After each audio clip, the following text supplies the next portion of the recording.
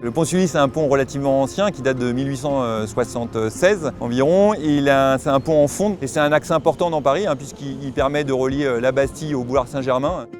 Il y a eu un accident de la navigation le 31 janvier 2024. On a un bateau qui remontait la Seine qui a percuté l'arche centrale du pont de Sully et donc qui a engendré un risque quasiment de ruine potentielle de l'ouvrage.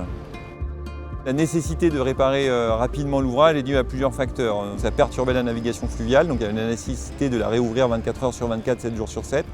Le même sujet sur la circulation au-dessus de l'ouvrage, où elle était pareil, autorisée uniquement aux piétons et aux cycles dans un premier temps.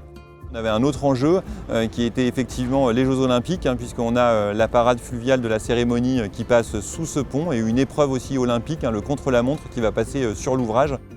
Ça fait 5 mois que l'accident a eu lieu et aujourd'hui on est en phase finale. C'est exceptionnel de travailler dans un délai aussi court avec autant de moyens dans le but d'un objectif mondial qui sont les JO derrière et de pouvoir permettre leur bonne réalisation.